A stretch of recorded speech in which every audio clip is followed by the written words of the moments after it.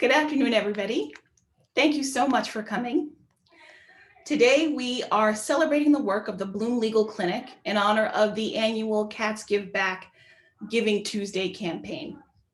Over the last year, the clinic has been able to respond to the evolving needs of the community we serve in the face of the COVID-19 pandemic, thanks in large part to the generosity of our alumni and our donors. Today, we have a chance to unlock a $50,000 gift from Meredith Bluhm Wolfe, class of 1995, to help continue the clinic's important work.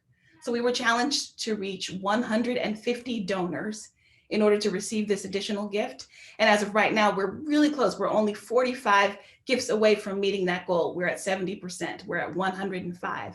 So your gift of any size will help bring us one step closer to meeting this challenge. And I think there's going to be information in the chat about how you might be able to do that. So today we are continuing our examination of systemic racism with a spotlight on the clinic's response to the COVID-19 pandemic. And I'm going to apologize if you hear a lot of noise in the background. It's my daughter. She's 6 going on like 27. And she's playing, and so I asked her to keep it down, but you know sometimes how that goes. So I apologize in advance. Professor Paul Butler compared racism to a virus in his influential 1995 Yale Law Journal article advocating race-based jury nullification.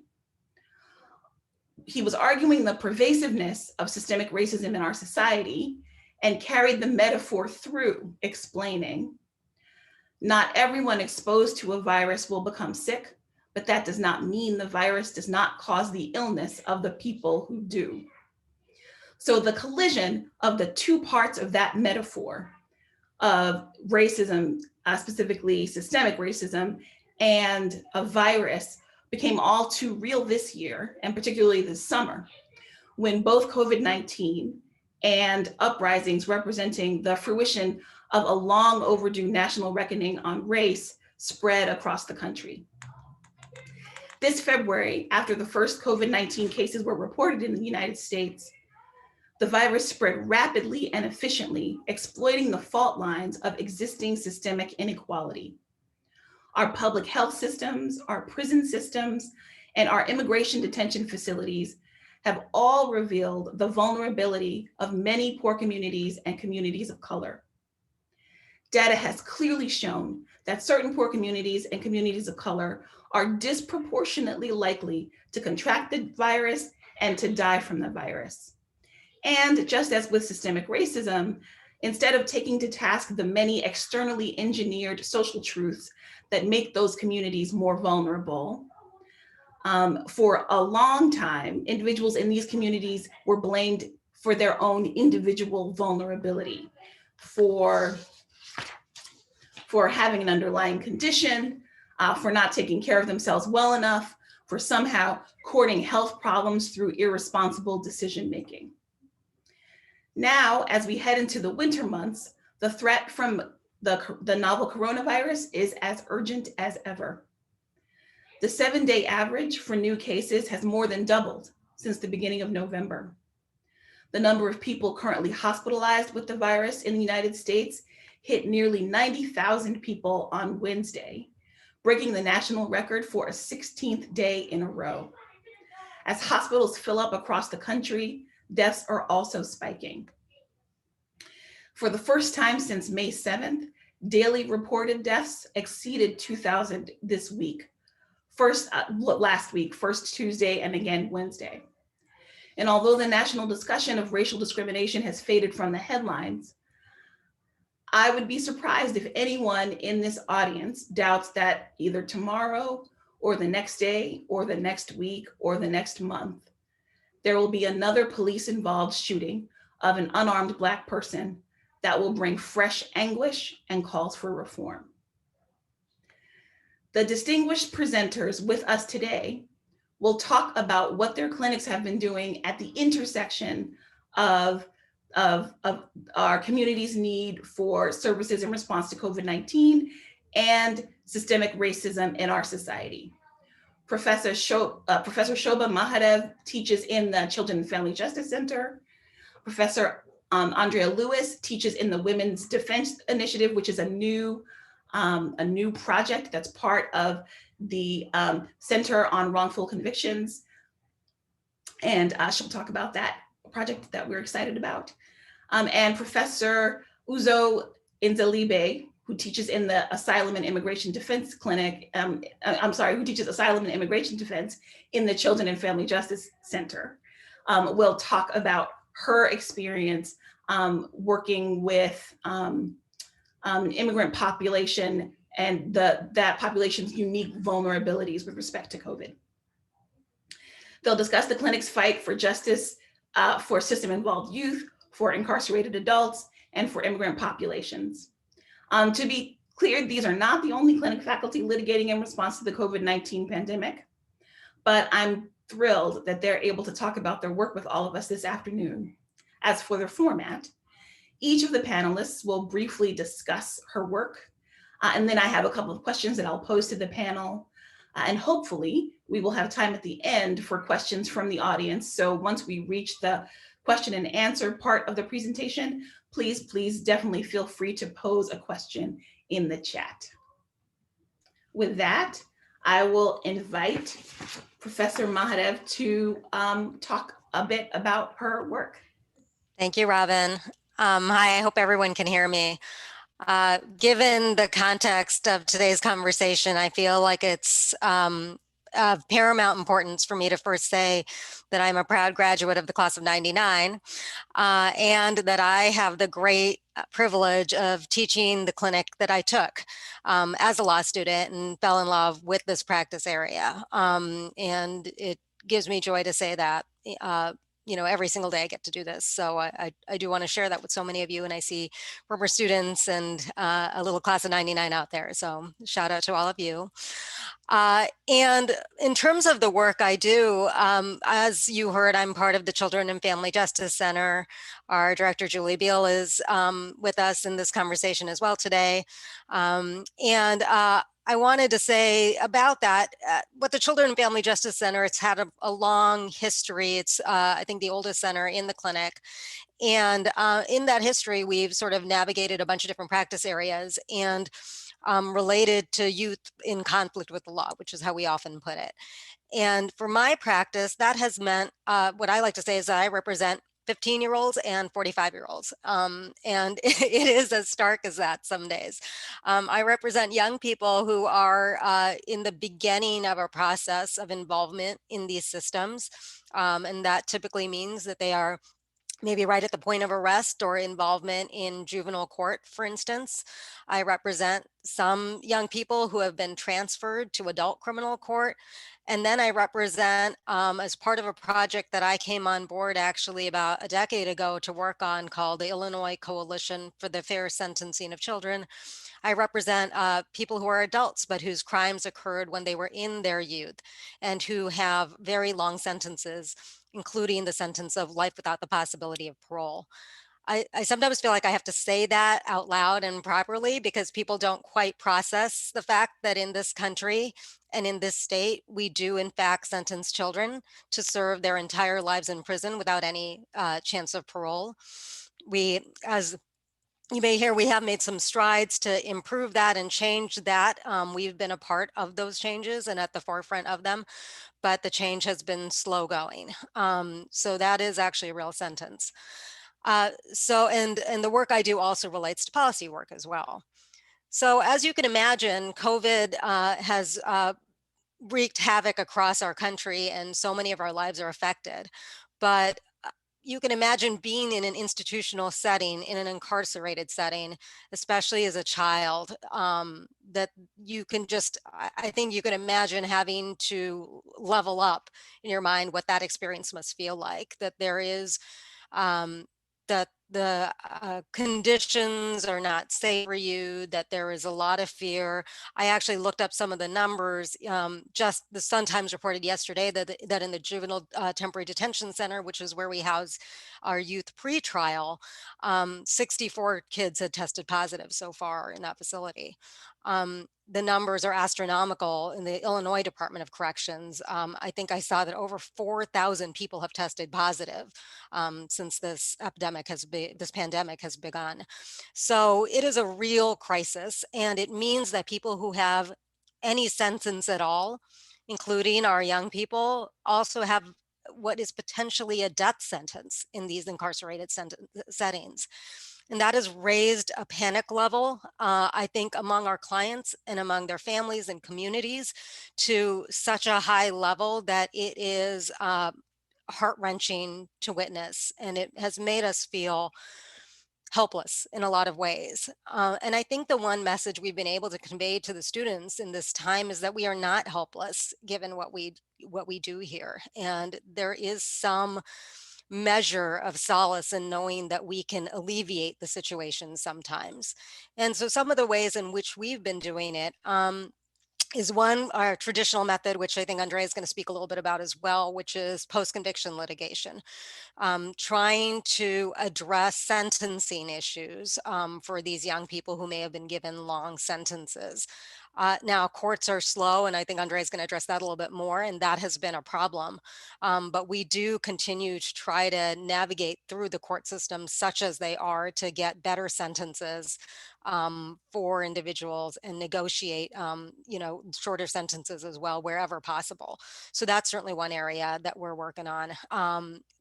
Another area which has really become, I think, vital in this time has been clemency.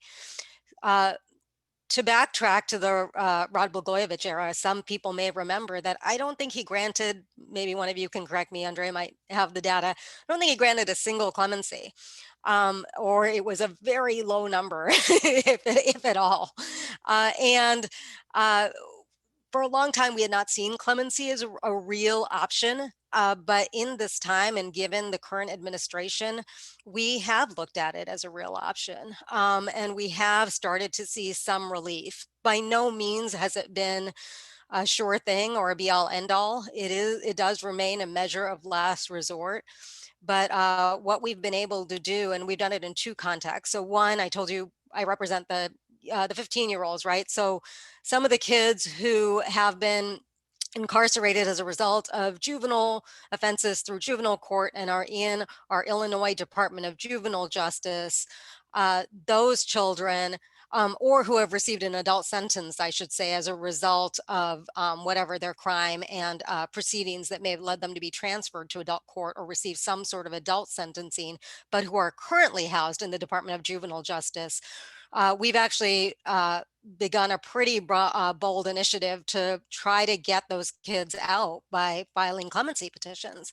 And the youth we've had the privilege of representing, I hate to call any young person this, but they are extraordinary in my view. The Department of Juvenile Justice has supported these petitions that have been filed, and we and many other lawyers have taken them on. And as we're going to talk about a little later, they've proven to be an extraordinary student experience as well.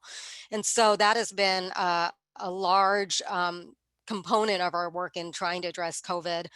Another piece of that has been the work I've done with our coalition on these long-term sentences.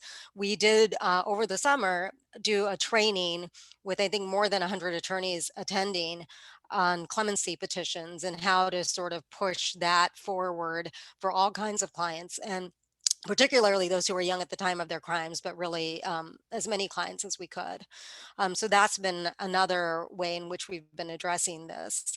And the third way has really been to try to collaborate with our partners on conditions and detention issues right now. We hear firsthand from our clients. I mean, I get probably an email almost every other day about some terrible condition that's happening in a detention facility, and typically in the Department of Corrections.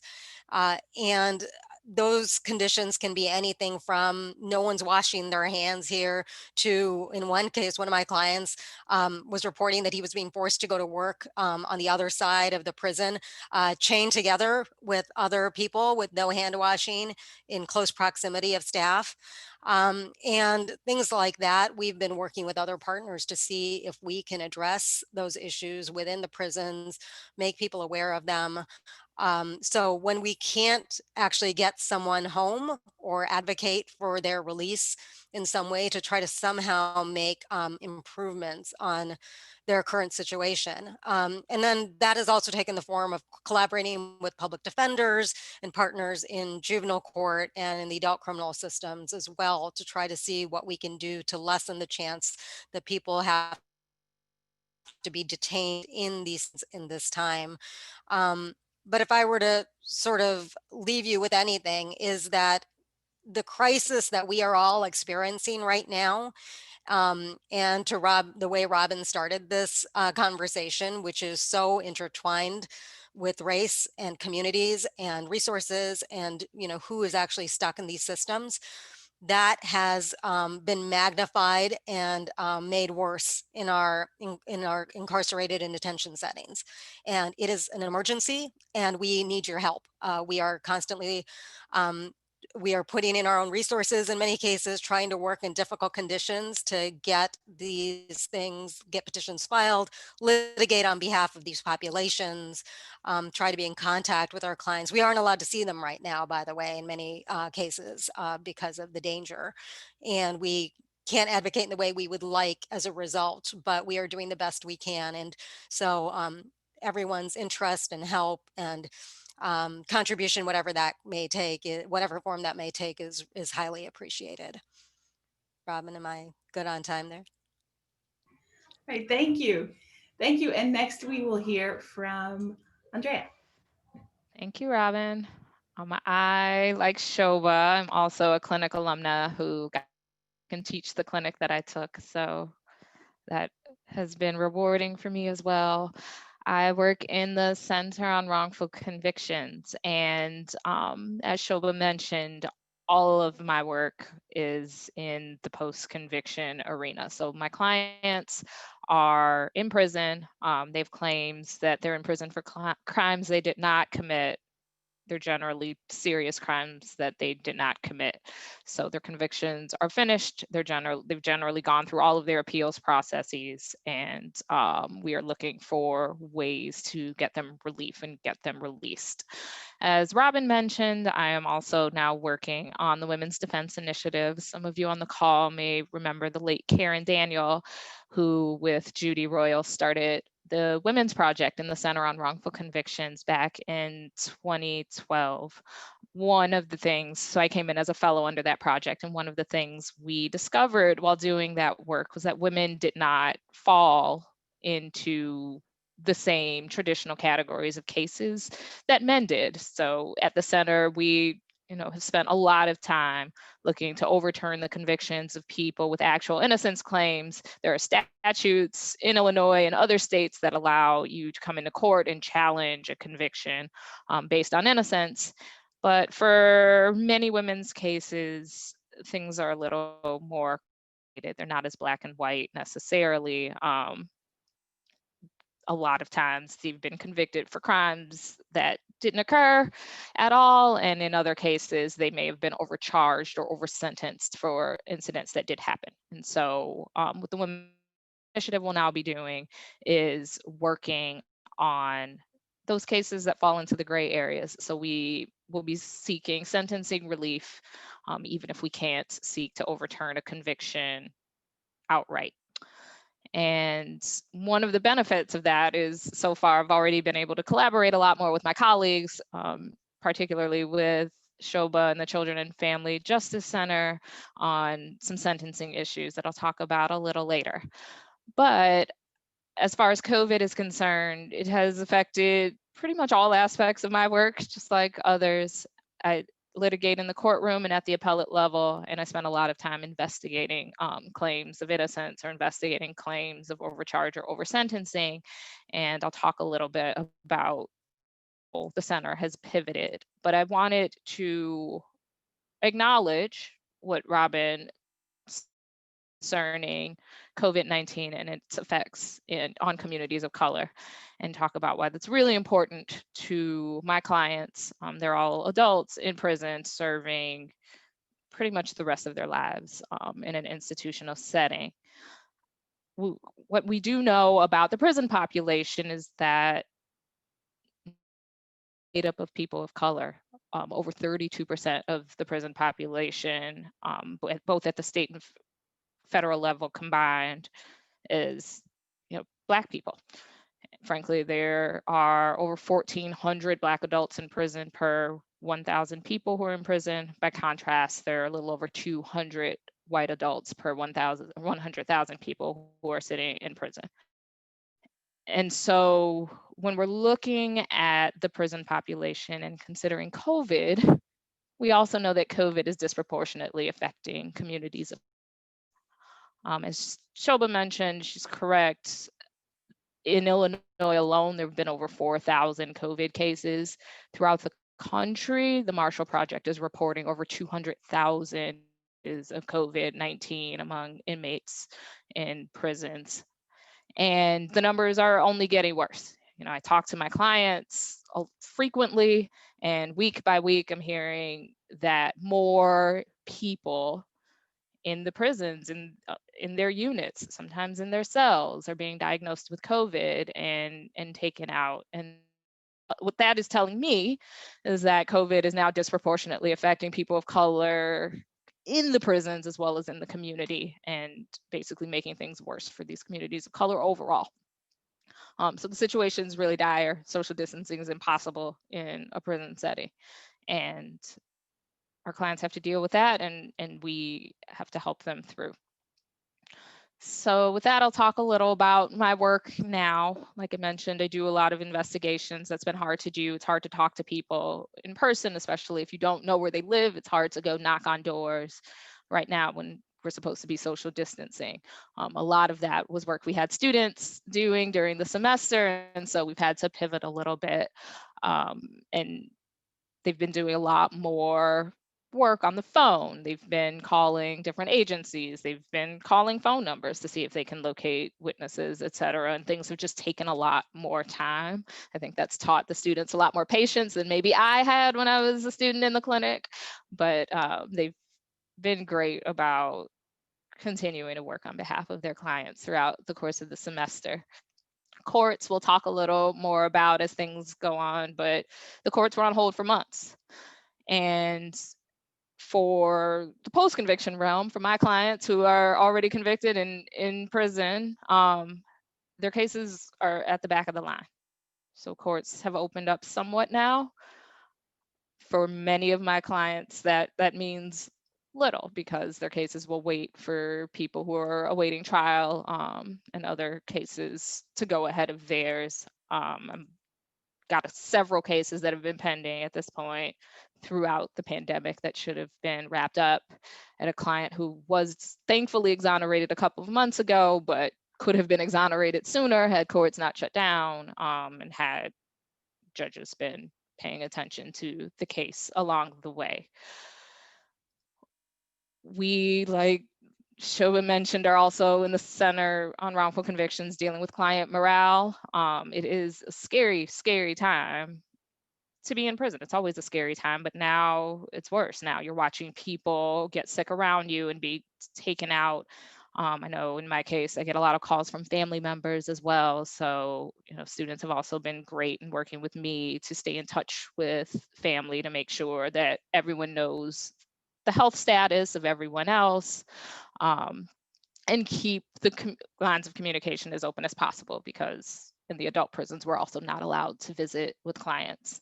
We're conducting all of our business by 30-minute phone calls. So if there's an urgent matter, it's hard to get through.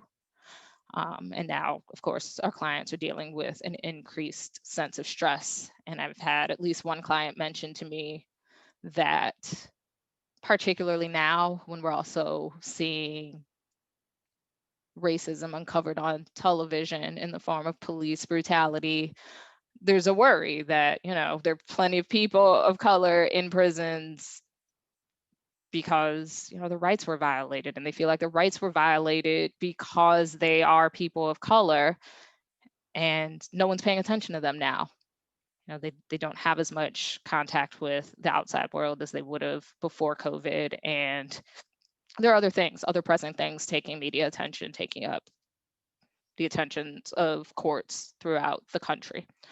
So just talking to clients and walking them through that and walking them through what they're feeling has been sort of a part of our work. We have also been doing a lot more clemency petitions.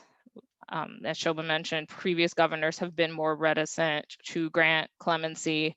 The previous governor did a blanket denial of all pending clemency petitions on his way out of office. And so we've been pleasantly surprised to see Governor Pritzker more open to granting clemency on people's behalf.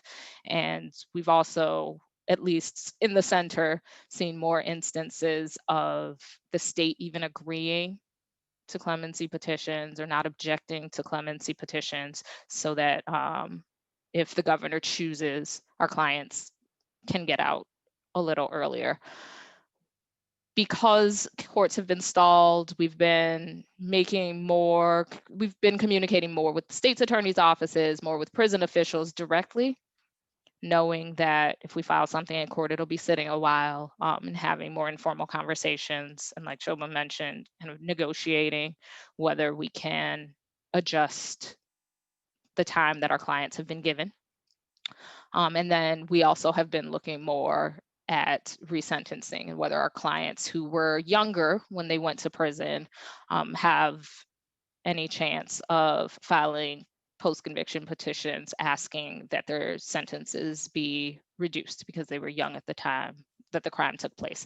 And this is regardless of their guilt or innocence. Our clients, they know that right now they may be waiting for a while in court. And so we're looking at other avenues of relief for them.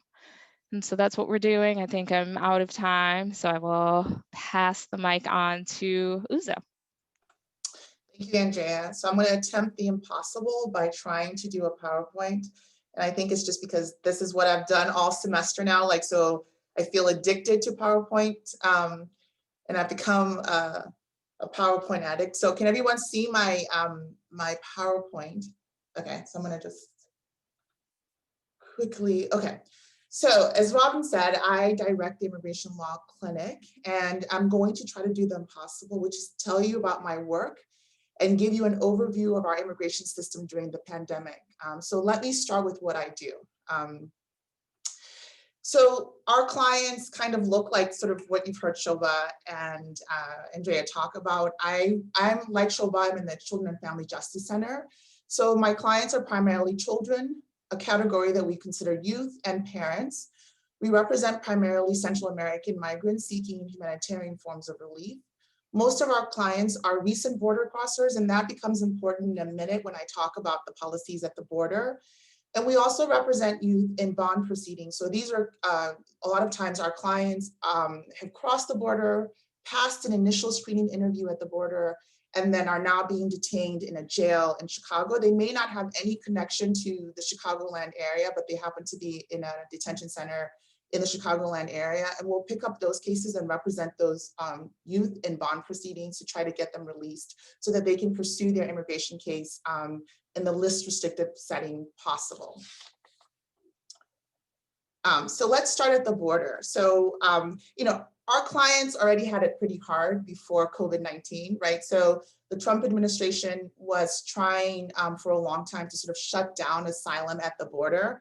And they had, policies like MPP, which is called the, funny enough, is called the Migrant Protection Protocol, but and it sounds like this is really going to protect migrants, but it's more known as the Remain in Mexico policy, where people were being sent to Mexico to seek asylum in Mexico. There were also these agreements with countries that were producing the highest number of asylum seekers, so countries like Guatemala, Honduras, and El Salvador. The administration entered an agreement with them to process asylum seekers, so they were sending Mexican asylum seekers to Guatemala to seek asylum in Guatemala. So our lives were already really difficult pre-pandemic. But what happened was when the pandemic came around, that the Trump administration was able to sort of use the pandemic to sort of completely shut down the border under a CDC provision, under a health provision, on something called the public, I think it's called the Public Health Service Act. And this allows the CDC director to determine that there's a communicable disease out there that requires us to sort of shut down the border. So under this title, what they call Title 42 expulsions that come from the CDC order, over 250,000 people have been expelled without any kind of due process. So not even a chance to like say, hey, I need asylum, and I'm afraid to go back to my country. They've just been expelled with very little, or I shouldn't even say very little, no due process whatsoever. And the interesting thing about these Title 42 expulsions is that usually a lot of the draconian policies that have come down across the border did not include unaccompanied children, but the Title 42 expulsions included unaccompanied children until very recently. I think last week there was a preliminary injunction that prevented its application to unaccompanied children. But prior to that, unaccompanied children were kind of wrapped up in these Title 42 expulsions. So in addition to the border, you heard my colleagues kind of talk about detention or these institutional settings in the United States. And I want to sort of touch very briefly on ICE detention policies. So there are roughly about 200 immigration detention centers and jails in the US. On an average daily population in fiscal year 2019 was about 50,000 detainees a day. The average length of people in ICE detention was about 54 days. And by no means is 54 days like, that's the average, but there were definitely, we've seen people who were there for many more days. And so some things that ICE did early on was to sort of release some detainees who were at higher risk of severe illnesses. So this was like early on, then they stopped doing this.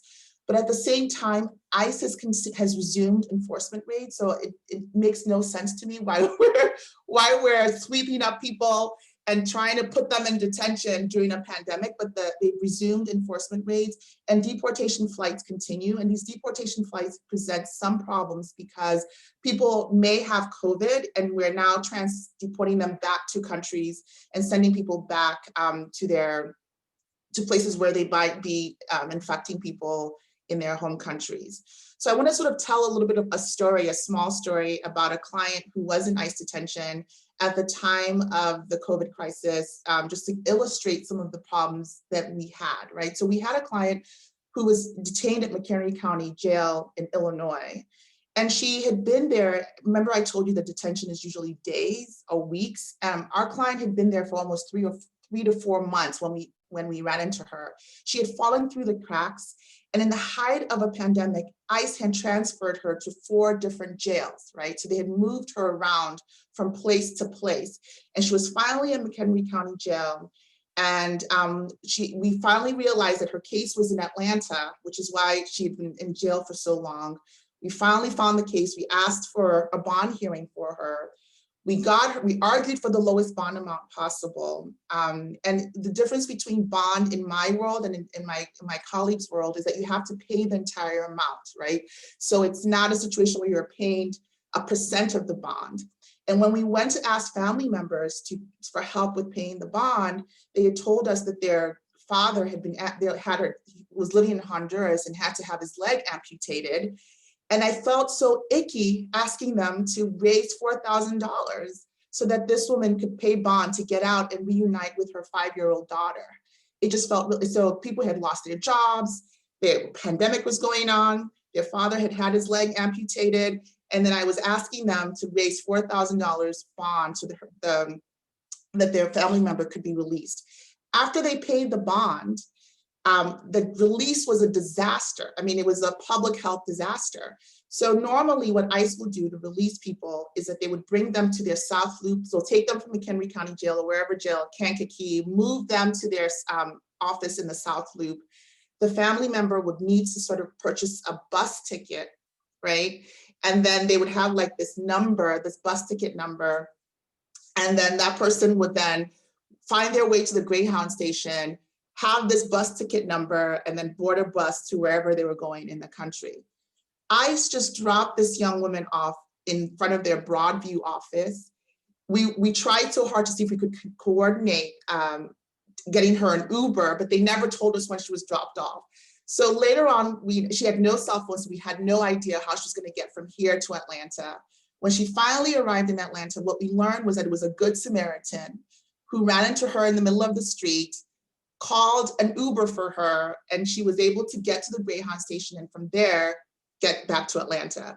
And so that story just kind of sort of exemplifies or typifies some of the things that were happening during the COVID and for folks who are in ICE detention. I'm gonna speed ahead, but so when we were going, so on March 11th, NU moves to remote classes. And this is where we were. Like we had all of these cases like pending. We had 1,000 things that we needed to do. And while states were closing and the federal courts were closing, for whatever reason, my colleagues will remember my panic because the immigration system had stayed open, right? And we were waiting and waiting, and we had all of this work. And it seemed so odd to us to try to get our clients to engage in their cases when there was a pandemic going on, right? So we were like, we need to interview you, we need to prepare you for this. And at the same time, our clients, some of our clients wanted us to continue working because they needed their work authorization in order to be able to work. So we were kind of in this weird space when our NU went remote on March 11th, and we had all of this work still kind of going on. Eventually, the immigration system started to slow down. And once that happened, we decided to just kind of give a shout out to all our clients. We called all our 40 clients to get a sense of where people were, right? And what became clear to me was that our clients were, their cases were in perpetual limbo, and we're going to be in limbo for a while. And there was some concern about that. But they were also really concerned. They had immediate needs. So most of our clients were working in these essential businesses. People had lost their jobs, but couldn't access unemployment benefits or stimulus measures because the Trump administration specifically tried to target and exclude the undocumented population from that, or people who didn't have certain types of papers from that relief.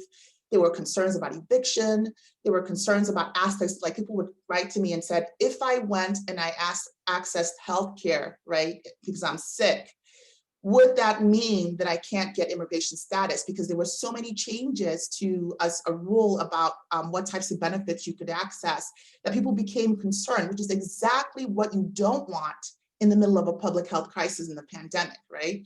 Our clients were having childcare issues because they had their kids, they were working parents, but their kids had gone to remote school and they had no childcare. Our kids didn't have computers, had no Wi-Fi. The Chicago Public School was moving to remote, but a lot of our kids didn't have the tech stuff. Our kids needed bilingual education, and that wasn't being offered remotely, or if it was being offered remotely, it wasn't as great. But in any event, these were just a whole bunch of things that our clients were experiencing. And this is like my final slide, but it's a slide that I think is helpful to see, which is this idea of where most of my clients live and where a lot of the COVID is happening. And, so the data sort of bears out that a lot of our clients were living in those places that had some of the highest rates of COVID. So I'm going to stop there so that we can have a chance to sort of dialogue and talk about some of the issues that we've raised. And that's it for me. Thank you so much. Thank you. So now I have a few questions that I would like to pose to the panel. Here's the first one. I would love for the panelists to address in more detail how the coronavirus has impacted court appearances. Right? What do court appearances look like now? And I would love to know how the restrictions are affecting the day-to-day operations. And in your opinion, are courts more fair because of this new normal, less fair because of this new normal?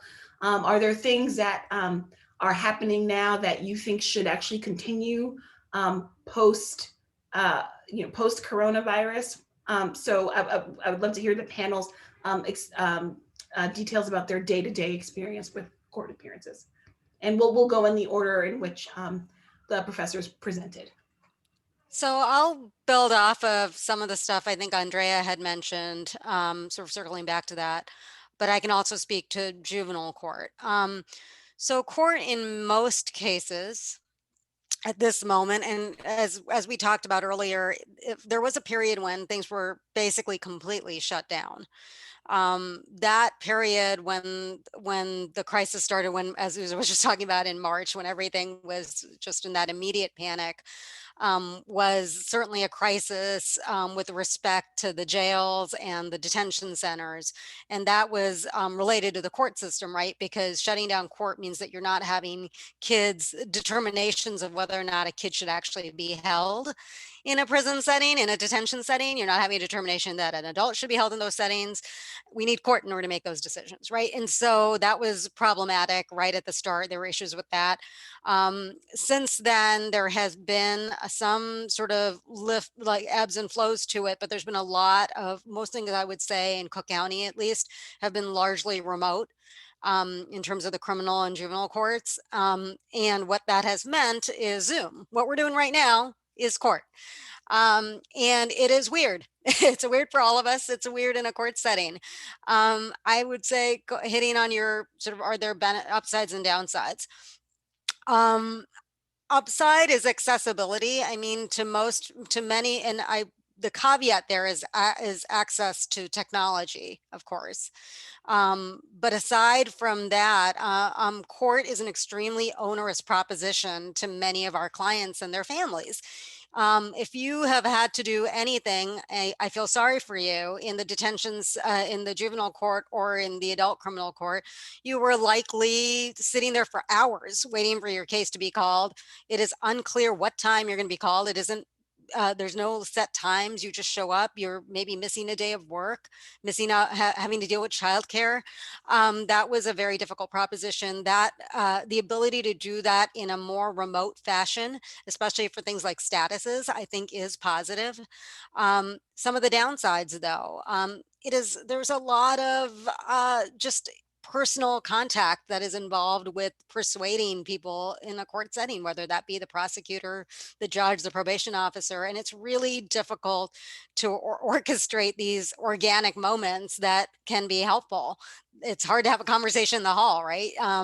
So I think we are seeing that challenge. And also just trying to even figure out the logistics of presenting evidence in these hearings. Live witnesses. I'm literally right now in a situation where we are up against a hearing or some resolution of a case, and there's a question about whether or not we need to present live witnesses. And I know for example, public defenders have a lot of tension around this. Like, do you risk extraordinarily delays, or do you opt to go remote? So I think those are some of the big challenges I'm seeing. Yeah, so for me, a lot of the challenges are fairly similar in the adult courts. As far as how court works, it varies jurisdiction to jurisdiction. So, and even within the state of Illinois. And so there are some courts that are operating in person. So I've had to drive out to Rockford to show up in court. Cook County is largely closed. Hearings are happening by Zoom. Much like in the juvenile courts, for a while, nothing was happening. So once the courts opened again, we all had the great misfortune to, talk to all of our clients and explain to them that there were all these people who come, yes, I know you filed your petition. I know we have, status hearings. It's all been pushed. And so we're still digging out of a lot of those things that procedurally have been pushed off. Hearings by Zoom are difficult, and they're in fact so difficult that some judges and some state's attorneys won't agree to do them. And so we definitely have some cases in the center where we may have scheduled hearings, but we've scheduled them in person, and we'll see whether or not we can have them or whether we'll need to push them off even farther. I've had other judges, especially outside of the Chicagoland area, who have been a little more flexible about, even if the court is open in person, not forcing attorneys to come. One interesting thing that I think is good that judges don't necessarily think is good, and I see a disconnect between the people on the bench and our clients, is whether clients need to be present in person in court. By and large, it's good to have the client sitting there, especially if the judge is making a ruling, to have the judge to have to look at the client in the eyes. But our clients also have to come to court from very far away. They, need to leave prisons at 2 or 3 in the morning. They are shackled hand and foot the entire way. They've left their cell, they're moved to a jail. It is a lot. It's hard for our clients. And many of my clients have told me that they prefer not to be transported. So if they can appear by Zoom, great. And then I've had the same judges go, yeah, but it seems like people don't really like being in court on Zoom. It's like, well, you haven't spoken to this person who just told me he wanted to come to court by Zoom and not delay the case anymore. And so, I appreciate the flexibility. It's been interesting, like Shobha said, sort of balancing this inability to talk to people informally and also the inability to be sitting in a room next to your client even and have your client talk to you or pass you a note while a court hearing is happening. And so yeah, we've got logistical issues. There've been logistical issues with filing even in state courts where e-filing isn't a thing yet. I know Shobha and I talk a lot about the difficulties of having to figure out just filing documents on behalf of clients. And so there are definitely some good things. I think remote appearance is generally good, but other than that, the work has gotten a lot harder. The only thing I wanted to chime in on, Andrea, that you reminded me of was Cook County Jail. That has presented its own problems because the numbers are so bad. That has been the hotspot in the entire country, believe it or not, at various points in time for COVID. And so there is actually a problem in that people who come to Cook County for hearings have to pass through Cook County Jail. And that has been a real deterrent to people wanting to even come in person. That's another problem.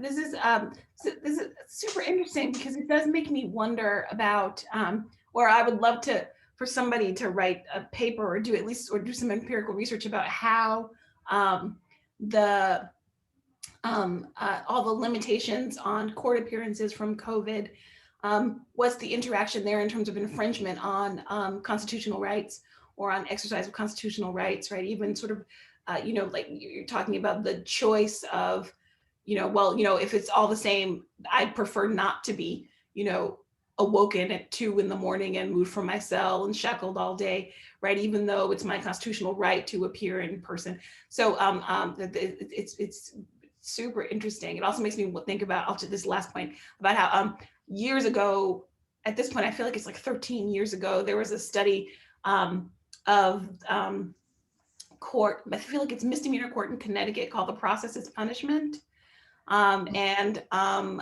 Basically what that study revealed was how the process of court, coming all the time and waiting for so long and risking losing your job and all those things, eventually what would happen is the accused would get an FTA, a failure to appear, and the addition of that charge was what became the cudgel in terms of in plea negotiations. And so it's really interesting to think about how, again, considering the limitations of technology, how elimination or potential elimination of that tool from a prosecutor's toolkit, how that would affect sort of the administration of justice either way. It's super interesting. I just wanted to comment. Thank you so much for letting me take moderator's privilege there. Uzo, I would love to hear your answer to that question as well. No, but I love this idea as process as punishment, because I feel like that's the entire immigration system, right? So that they've created so many barriers to seeking asylum in terms of the number of forms, how you fill out forms, whether or not you put you forget to put not applicable in the boxes. And that's another idea, that's an idea I'm also exploring, but as a due process violation, like as a, But in any event, in terms of what court looks like for me now, it's the strangest court experience was doing the bond hearing in my office with my kids doing remote school next door. Everybody knows, like, the immigration court system is even further behind than whatever court system you think you know, which is that up until recently, they were still using cassette tapes to record the proceedings. So we're not even at the Zoom, we're not even at the Zoom court stage. So we did it the old fashioned way, which is by phone. But another observation, so in addition to that, so detained court, immigration court, detained court is moving, but the non-detained court, so people who are not in detention, is not moving as quickly. And so most of my status hearings, we had a slew of status hearings that were postponed at a very last minute, which was nerve-wracking for me and my clients. And then in addition to the immigration court, we also want to talk about the Chicago Asylum Office, which is another place where my clients go to have their cases adjudicated. And the asylum office is still open and is doing asylum interviews. Although they have been amenable to postponing those interviews when necessary. And so I think in those systems, that's kind of the way it looks.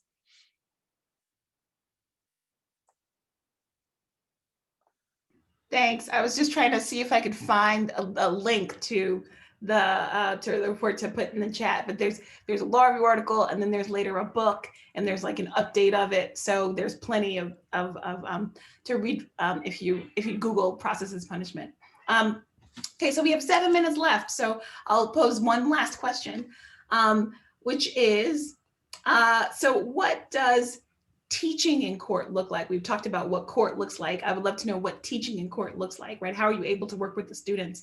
I know we're talking to an audience of largely clinic alums who I'm sure you remember the experience of perhaps of being in court and having your supervisor, nudge you and tell you that you needed to object, or slide a piece of paper over with some language on that you might need to say to make your record, or even just leaning over to talk to a client or reassure a client about what's going on, or explain something about what's going on with the proceedings. But of course, since we're not all in the same place, we have to sort of make adjustments in how we do that. So I would love to hear how that has happened, or how that's developed in the time of COVID. I'm going to reframe your question just slightly, which is to say that because court is kind of limited in this moment, we have been cognizant of that. And therefore our student experience, I mean, it's always true that our student experience is not just limited to court experiences. That sort of gets kind of the sexy billing in the clinical world, I guess you could say, but really there's so much to it, right? And so, I think, I mean, we were just commenting in a previous staff meeting. I mean, some of our journal entries have been, I don't know how to tell you this, but incredibly beautiful and robust in this time period, and surprisingly so. We're just starting to get to that point in the semester where we're reading student journals. And that's because the opportunities for client engagement, although not in person, are really great. For example, in these clemency petitions that I mentioned with these young people, we've called these clients every single week. The students have a real relationship with them. They've told a story about them in a petition. They've had to wrap their brains around what this person's life is like. And so I think what we've done is, in the absence of court being as robust as it could be, we have sort of just amped up all of the other opportunities. We've had students involved in moots, for instance. I have had students along for some court appearances, but again, it's been sort of slow going. So we've had to work on things like, okay, are we going to text each other when you can come on, or when you can say something? And it's very difficult to have quiet conversations. It's true of our clients too. We have to make sure they know that their bedroom should not have paraphernalia and things like that, in them, those kinds of conversations. But we're working on it. It's a work in progress right now. So I would say that the clinic experience has been really strong and robust for students, even in this time period, notwithstanding all of the challenges. I'm sort of impressed and amazed by them and what they've been able to do. I think we have maybe a couple of minutes to hear from one more of you, either Andrea or Uzo, and then I'll wrap up. Go ahead, Andrea. I don't know if you, Okay. we're not doing much court, so I can talk about student experience, but not much in terms of going to court. Yeah, so I mean, I've had a similar experience to Shobha. I mean, we can text our students during court, and the same thing happens when we work with our co-counsel, who are largely alumni of the university. You know, we text during the hearing, but much like with the CFJC, our students at the CWC have also gotten a really interesting and more robust clinical experience. It's different than it had been before, but certainly isn't any worse. Our students also are talking to the clients weekly or every other week. They've gotten a lot more client contact. They've been in a lot more contact with client families, and they've been able to spend, as I mentioned earlier, a lot more time digging into just the day-to-day stuff. We try to make student experiences so exciting while we spend a lot of time looking for documents or calling lawyers or just making phone calls during the day. And so students have been able to do a bit more of that. And then we also this semester involve students a bit more in our intake process than we normally do. And that is where we've seen a lot of interesting comments in journals, because while students come and they're working on clients who we've already accepted, that's a new level to the experience and to knowing that you're really dealing with people's lives when you are spending time trying to make a decision on whether we can help a person in the first place or whether we even think we can help a person. And I know I've had a lot of students go, wow, you have to tell people no? How do you tell people no? We want to keep everyone.